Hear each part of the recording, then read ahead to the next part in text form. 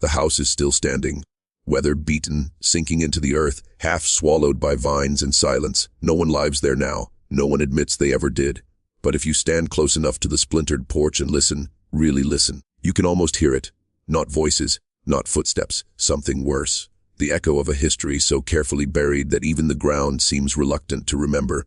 Tonight, I'm going to tell you about a bloodline that never should have survived, a family sealed off from the world for generations, and the quiet trail of damage they left behind. This is not a ghost story.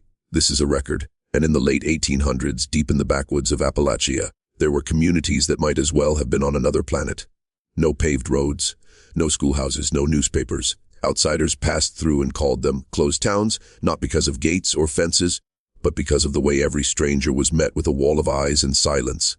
One of these communities existed in a valley locals avoided even in daylight. They had a name for the family that lived there, though few would say it aloud, not out of politeness. Out of fear, and the family name appears only a handful of times in county records, births recorded late or not at all, deaths listed with vague causes, weak constitution, congenital complications, failure to thrive. The handwriting on those old documents grows more cramped and uneasy as the decades pass, as if the clerks themselves felt the weight of what they were witnessing. Census workers stopped visiting after a while. Mail stopped being delivered.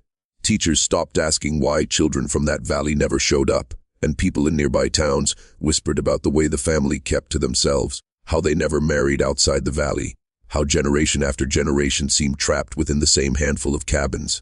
There were no wedding announcements in the local papers. No church records, just a quiet pattern that no one wanted to confront directly. They didn't call it what it was. They didn't have to. Everyone understood, and then the consequences were impossible to hide forever. And doctors who were brave enough to travel into the area left behind letters, some of which survived in private collections and forgotten archives. They wrote about children who struggled to speak, who struggled to walk, whose bodies carried burdens they had never chosen. They described adults who aged too quickly, faces etched with confusion and exhaustion. Not monsters, not spectacles, just human beings born into circumstances that slowly eroded them from the inside out. The doctors never used the word inbreeding in their official reports. They used softer language, genetic isolation, familial clustering, hereditary patterns. But the meaning was clear, and the real horror wasn't in the symptoms. It was in the system that allowed it to continue. And the family elders enforced a kind of rule that went unspoken but strictly obeyed. Outsiders were not trusted. Outsiders were not safe. Outsiders were not to be brought into the bloodline. Children were raised hearing the same stories on repeat. The world beyond the valley was cruel, corrupt, dangerous. Only family could be relied upon. Only family could be safe. Over time, that belief hardened into something unbreakable. A psychological cage passed down as surely as eye color or bone structure, and those who tried to leave were rarely spoken of again. In some cases, their names were scratched out of family records. In others, they simply vanished from memory, as though erasing them might somehow keep the rest intact. Silence became tradition, isolation became identity, and by the early 20th century, the valley had gained a reputation that reached farther than anyone intended. Travelers told stories of seeing figures watching from the tree line unmoving. Hunters spoke of finding cabins where generations of the same surname were etched into doorframes like a grim family tree. Children in nearby towns dared each other to walk the old road toward the valley at night, only to run back in terror long before they reached the boundary. But the most unsettling accounts came from social workers in the 1930s who attempted brief interventions. Their notes, later discovered in state archives, speak of overwhelming sadness, not chaos, not violence, just a pervasive, suffocating despair, rooms filled with people who had never known anything else, young adults with the wary posture of the elderly, children who clung to silence because they'd never been taught that the outside world might listen with kindness. And this wasn't a curse in the supernatural sense. No rituals, no ancient omens. The curse was human, built slowly through fear, control, and isolation, reinforced by every generation that believed the lie that blood was safer than freedom. And perhaps the most disturbing part is this: the family didn't disappear. The valley didn't collapse into meth. Descendants of that bloodline still exist today. Their names have changed, their addresses have shifted, their histories have been sanitized, but the records remain scattered across dusty files and forgotten databases, waiting for someone to notice the patterns, and waiting for someone to look too closely. And there's a moment when you sift through enough old documents where the ink starts to feel heavier than paper, like the words themselves are resisting being read aloud. That's what archivists described when they stumbled across the state welfare investigation files tied to this family in the 1950s. These were not public records at the time. They were sealed, buried beneath layers of bureaucratic language and quiet discomfort. But they exist, and they paint a picture far more unsettling than the rumors ever did, and by then, the valley had thinned out. Some cabins stood abandoned, roofs collapsed inward like rib cages. Others still held families who had never known another way to live. A small task force was sent after a teacher in a neighboring town reported repeated sightings of children wandering near the edge of the road. Children who never enrolled in school, who flinched at the sound of a car engine, who spoke in fragmented phrases that sounded older than they were. And the official reports are clinical, measured, cold. But between the lines, the discomfort is undeniable. They describe siblings who appeared more like distant cousins genetically, despite sharing parents. They describe patterns of disability that didn't align with accident or illness, but with inheritance. They describe adults who struggled to explain their own family relationships because the structure had become so tangled it defied simple language. The social workers didn't call it horror. They called it complex family dynamics. That was the polite way of saying that the damage had gone too far to easily undo, and interviews conducted during those visits reveal something even darker than the physical consequences, the psychological inheritance.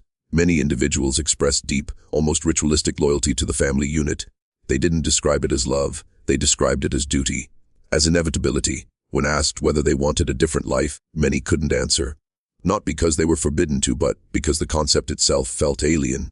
Freedom, to them, wasn't a door that had been locked. It was a door they'd never been told existed. And one report describes a young woman, barely out of her teens, who had been told since childhood that the world beyond the valley was filled with people who would tear her apart. Those were the exact words she used. Tear her apart. She'd never left, never gone to school, never used a telephone. Yet she spoke of outsiders with a fear so vivid it felt rehearsed, as though generations of anxiety had been poured directly into her. And this is how cycles persist. Not through chains or walls, but through stories repeated until they become indistinguishable from truth. And the state attempted relocation programs. Some children were placed with foster families. Some adults were offered housing and job training in nearby towns. On paper, it looked like progress. In reality, many of those efforts failed. People returned to the valley, not because it was safe, but because it was familiar. Trauma has gravity. It pulls people back toward what they know, even when what they know is what's hurting them. And local newspapers never reported the full scope of what was happening. There were vague mentions of rural welfare initiatives and isolated communities receiving support. Editors chose their words carefully. No one wanted to be responsible for labeling a real American family as something broken beyond repair. No one wanted to confront the uncomfortable truth that this was an ancient history. This was happening in the same decades people were celebrating progress, technology, and national pride. And by the 1970s, the valley was nearly empty. Roads were paved nearby, but never directly through it. Property lines became blurred. Land changed hands quietly. The remaining family members either passed away or integrated into broader society, carrying their history like a hidden scar. Some changed their names entirely. Some moved states. Some started families of their own, desperate to create something different, but unsure how to escape the psychological patterns they'd inherited. And that's the part most people don't want to talk about. The aftermath doesn't end when the isolation ends. Trauma doesn't dissolve when the cabins collapse. It travels. It echoes through parenting styles, through relationships, through the way people perceive safety and trust. Researchers who later studied descendants, often without revealing the full truth of what they were studying, noticed higher rates of anxiety, identity confusion, and deep-rooted fear of abandonment. Not because of anything supernatural, but because generations had been shaped by a world that taught them connection was dangerous and survival required silence. And in the files, many of them remain sealed. Not because they contain sensitive medical data alone, but because releasing them in full would force communities, institutions, and families to confront something deeply uncomfortable, that this wasn't a legend. It was a slow-moving tragedy enabled by neglect, fear, and the collective decision to look away. And somewhere in climate-controlled rooms, folders still sit untouched. Names still sit unread. Stories still sit unheard. And not because they're gone, but because they're too close to home. And by the time researchers began piecing together the scattered threads decades later, they weren't looking for a story. They were looking for patterns. What they found instead felt like stumbling into a room that had been deliberately locked, not to protect what was inside, but to protect everyone else from having to acknowledge it. And universities don't advertise these kinds of studies. They're tucked inside broader research on rural isolation, intergenerational trauma, and genetic bottlenecks. But when you read enough footnotes, when you cross-reference enough anonymized case numbers, the shape of the truth starts to emerge. One particular study from the late 1990s focused on a cluster of families who shared striking similarities in medical histories, despite living across multiple states: high rates of rare disorders, recurring patterns of cognitive impairment, deep-rooted social withdrawal that persisted even among individuals who had never set foot in the original valley. The researchers avoided drawing bold conclusions. They always do. But the implication hung in the air like smoke, and these people weren't connected by geography anymore. They were connected by something older. And what makes this kind of history so unsettling isn't just the biology. It's the way it forces you to confront how fragile identity really is. We like to believe we are self-made, that we are shaped primarily by choice. But buried beneath our personalities, beneath our preferences, beneath our beliefs, are inherited patterns we never consented to carry. For the descendants of this bloodline, that inheritance wasn't just emotional, it was structural, built into how their bodies developed, built into how their minds responded to stress, built into the quiet ways they struggled to feel safe in a world that had never actually harmed them directly, yet still felt hostile. And some of them grew up sensing that something about their family was off. Not in a dramatic way, no shocking confessions over dinner, no explicit warnings, just an absence where a story should have been. Ask about grandparents and the answers became vague. Ask about where the family came from and you'd hear evasions. We don't really talk about that. It's complicated. Better left alone. Silence, passed down like an heirloom. And one man, interviewed anonymously for a documentary that never aired, described discovering a box of old documents after his mother died. Birth certificates with repeated surnames across generations. Marriage records that didn't make sense unless you looked very closely. Medical reports that used careful coded language. He said he felt like he was reading the biography of a stranger. Not because the people were unfamiliar, but because the truth behind them had been deliberately hidden. He described the realization not as anger, but as a kind of slow, hollow grief, the feeling that his entire life had been shaped by something no one had ever trusted him enough to explain. And that's the legacy no one talks about. The way secrecy corrodes trust, the way it fractures families long after the original circumstances have ended. And there's a reason communities protect certain histories. Not always out of malice, often out of shame. Out of fear of judgment, out of the desperate hope that if no one says it aloud, it might stop being real. Local officials who knew pieces of the story chose not to document too thoroughly. Clergy members who counseled individuals from the valley kept their notes minimal. Doctors who suspected patterns avoided publishing case studies that might draw unwanted attention. Each person told themselves they were being kind, that they were preserving dignity. But what they were really doing was preserving the conditions that allowed the truth to remain fragmented. And fragmentation is a powerful shield. When no one holds the whole story, no one feels responsible for it. And what's most haunting is how ordinary this mechanism is. You don't need a remote valley for it to exist. You don't need extreme circumstances. Families across the country carry their own versions of this. Unspoken rules, buried histories, generational wounds disguised as personality traits. The difference here is that the paper trail survived. Just enough of it.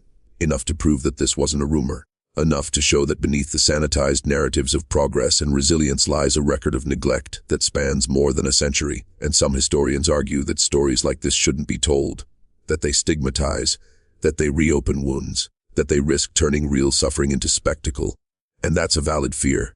But there's another danger too, the danger of forgetting, the danger of pretending that this kind of slow, systemic harm is an anomaly rather than a warning. And because when you examine this bloodline closely, you begin to see not just a family, but a mirror, a reflection of what happens when isolation is romanticized, when secrecy is rewarded, when communities decide that discomfort is worse than injustice. This story survived by accident, by the stubborn persistence of ink on paper, by a few overlooked boxes in forgotten rooms, and most don't. And that means there are other valleys, other archives, other names crossed out, stories half-recorded, truths deliberately softened until they barely resemble reality. And the unsettling question isn't whether this happened, and the unsettling question is how often it's happened without leaving a trace.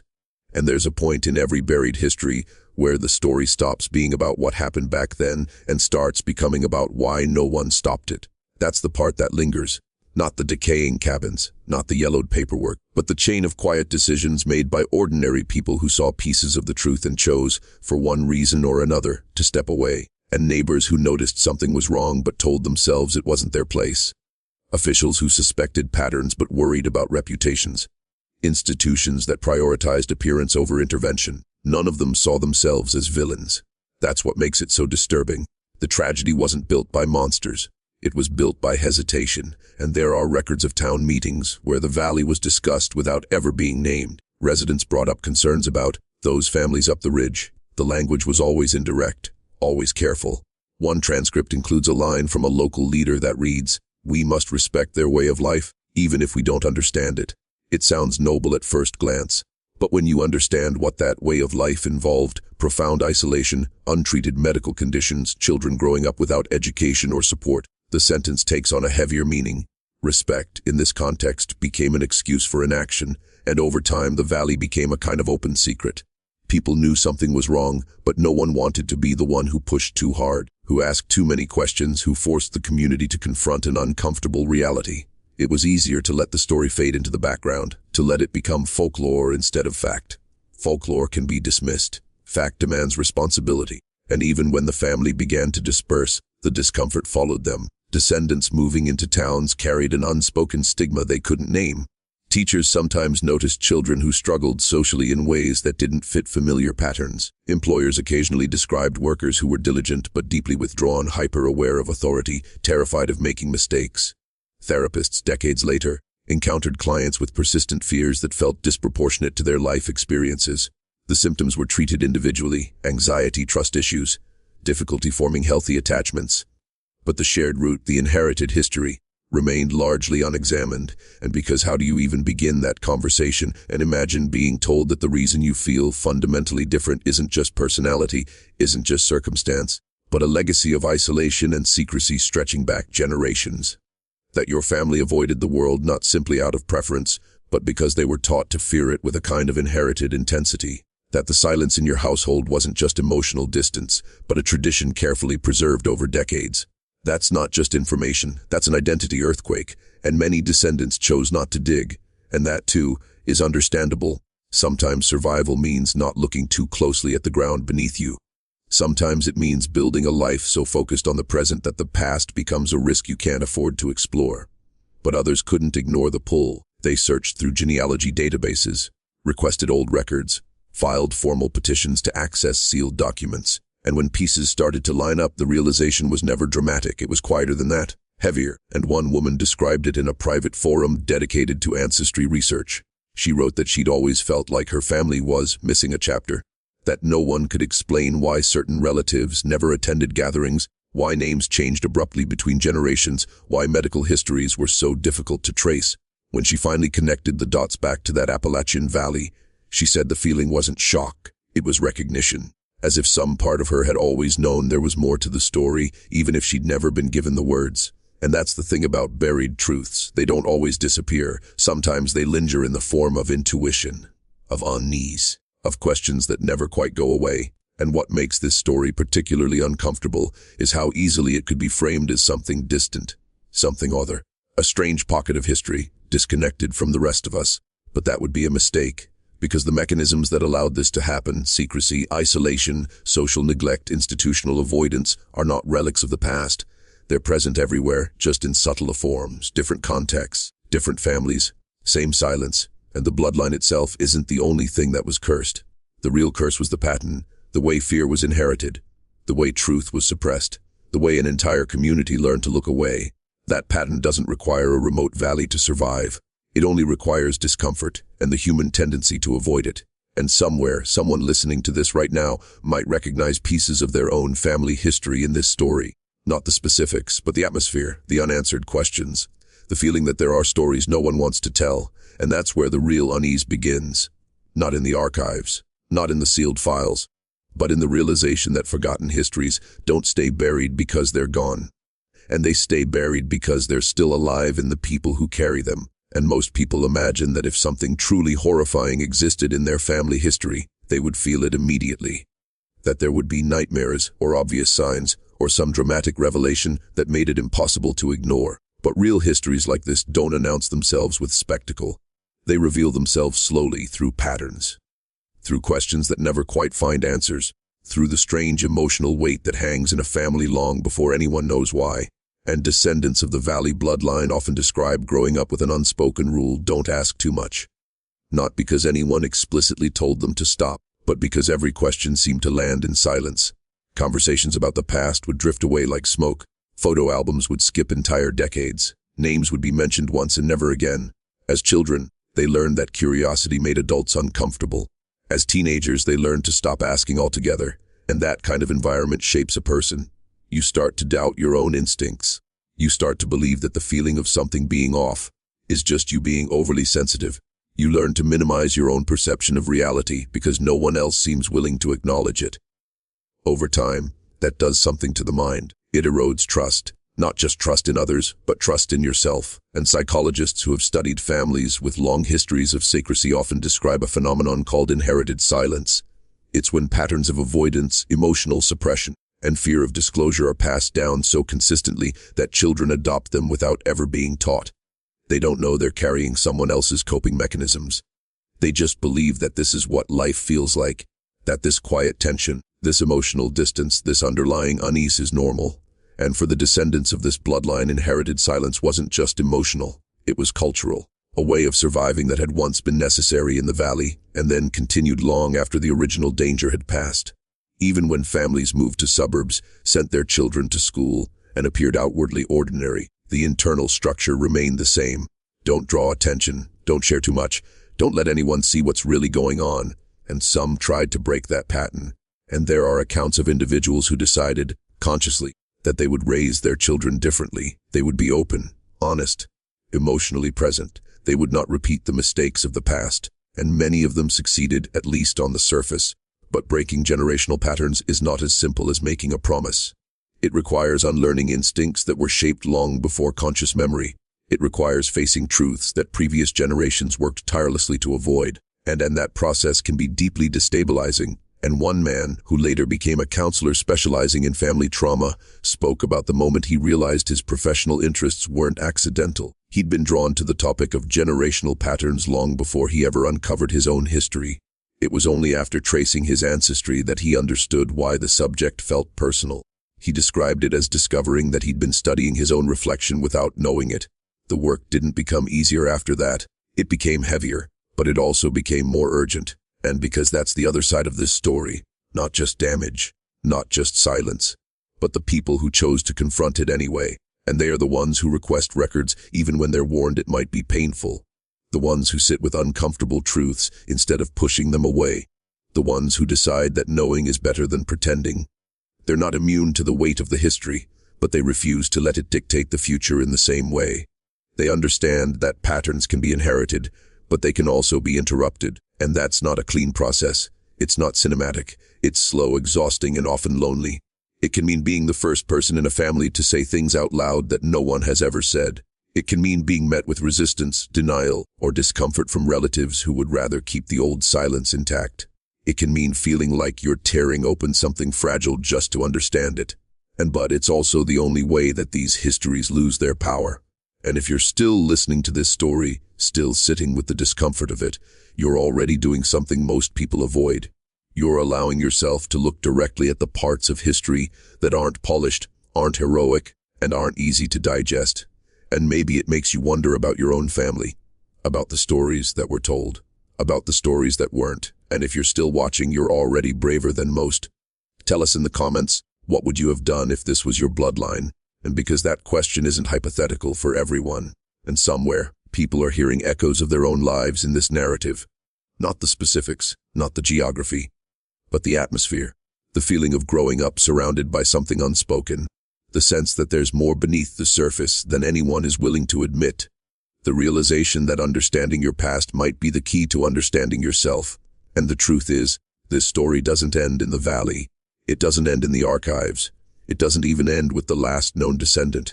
It continues in the broader question it forces us to confront: how many family histories are shaped not by what happened, but by what was never allowed to be acknowledged. And because once you start paying attention, you begin to see it everywhere. In the way some families avoid certain topics. In the way entire generations carry the same unresolved tension. In the way silence can feel almost structural, like part of the architecture of a household. And when you notice that, the story stops being about them. And it starts being about all of us. And there's something else hidden inside stories like this, something even harder to sit with than the documents, the patterns, the sealed records. It's the realization that history isn't just something that happened to other people. It's something that shaped the landscape you're standing on right now, the towns that grew around that valley, the policies that were written in response to rural anomalies, the unspoken cultural instinct to avoid uncomfortable truths. None of that vanished. It settled into the foundation like sediment, and when historians revisit cases like this, they don't just study the family, they study the response, or more accurately, the lack of one. They ask why intervention came so late, why the warning signs were repeatedly softened in official language, why discomfort was allowed to outweigh responsibility. Those questions don't have clean answers. They point instead to a pattern in American history that we rarely confront head-on: the tendency to preserve appearances at the expense of vulnerable people. And it's easier to call something folklore than to call it neglect. Easier to call something a private family matter than to admit a community failed. Easier to seal files than to accept that systems designed to protect people sometimes choose silence instead. That instinct didn't end in the 1970s. It didn't end with this family. It's still alive in how institutions manage reputation, in how communities handle uncomfortable realities, in how often the truth is delayed until it no longer demands action. And what makes this bloodline story linger isn't just what happened to them. It's how familiar the structure feels, and a closed system, and an internal narrative built on fear, and an environment where questioning is discouraged, and a broader society that notices something is wrong but hesitates to interfere. And you don't need a remote valley for that. You see versions of it in families, organizations, schools, even workplaces, anywhere silence becomes normalized, anywhere people are taught to prioritize stability over honesty. The scale might be different, the consequences less visible, but the architecture is the same, and some researchers who studied long-term isolation cases began using a phrase that rarely appears in public discourse: social inheritance. The idea that environments pass down behaviors and expectations just as reliably as genetics pass down traits. Children inherit not only eye color, but relationship patterns, not only bone structure, but conflict avoidance, not only medical risk, but emotional survival strategies. And when those strategies were formed in an environment shaped by fear and secrecy, they can persist long after the original threat is gone. And that's part of why this story feels heavier the more you sit with it, because it forces you to consider how much of what we call normal is actually inherited coping. How many people are walking around shaped by histories they don't fully understand? How many families are organized around old unspoken rules that no longer serve them, but still govern everything beneath the surface? And there are descendants who will never know the full story. Not because the information doesn't exist, but because they've chosen not to look. That isn't ignorance. That's self-preservation. Sometimes digging into the past feels like destabilizing the present. Sometimes people sense that uncovering certain truths would force them to reevaluate everything they thought they understood about their family, their identity, their origin. And not everyone is ready for that kind of reckoning.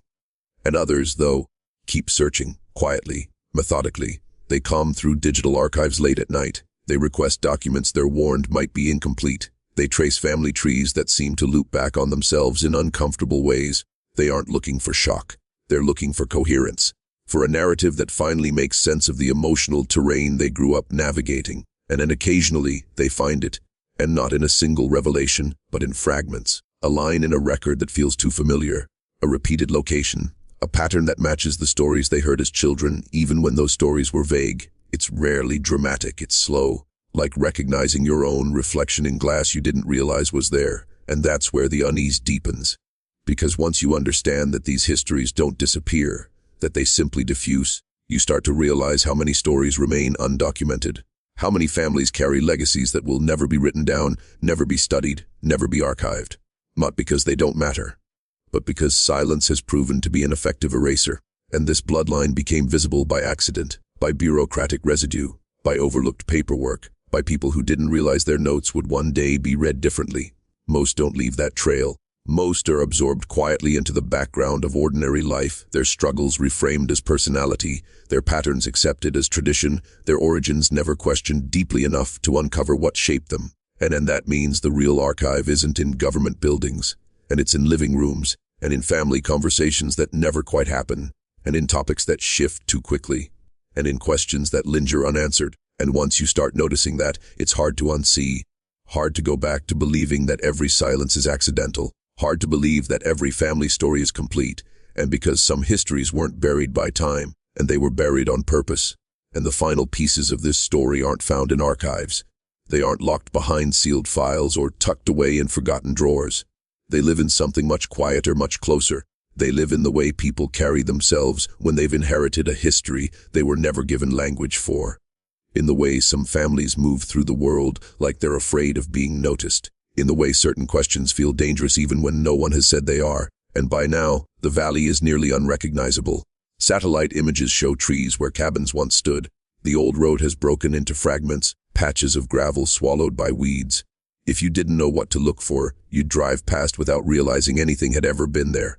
And that feels intentional, even if no one planned it. The land has done what the institutions and communities once tried to do: erase the visible evidence. But erasure doesn't equal resolution, and some descendants still feel the pull of that place without fully understanding why. A strange emotional gravity tied to a region they may never have visited. A persistent sense of displacement, of not quite belonging anywhere. It's easy to dismiss those feelings as abstract, as coincidence. But when you study how deeply environments shape human psychology across generations, the connection stops feeling mystical and starts feeling inevitable.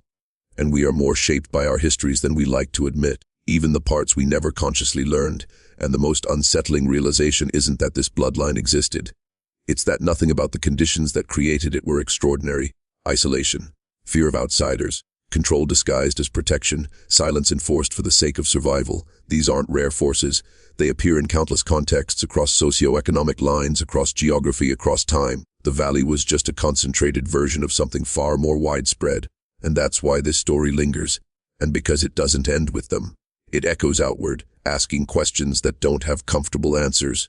How many families are shaped by secrets that were never spoken aloud? How many people are struggling with inherited patterns they believe are personal failures? How many communities quietly tolerate harm because confronting it would disrupt the illusion of stability? And this bloodline was labeled cursed by those who feared it. But the truth is more complicated and far more uncomfortable. The real curse wasn't genetic, it wasn't supernatural. It was systemic. It was the slow accumulation of avoidance, neglect, and fear reinforced by every person who chose silence over intervention. That kind of curse doesn't require ancestry. It only requires repetition. And repetition is easy when no one is taught how to break it. And what makes this history feel forbidden isn't that it's too strange to believe.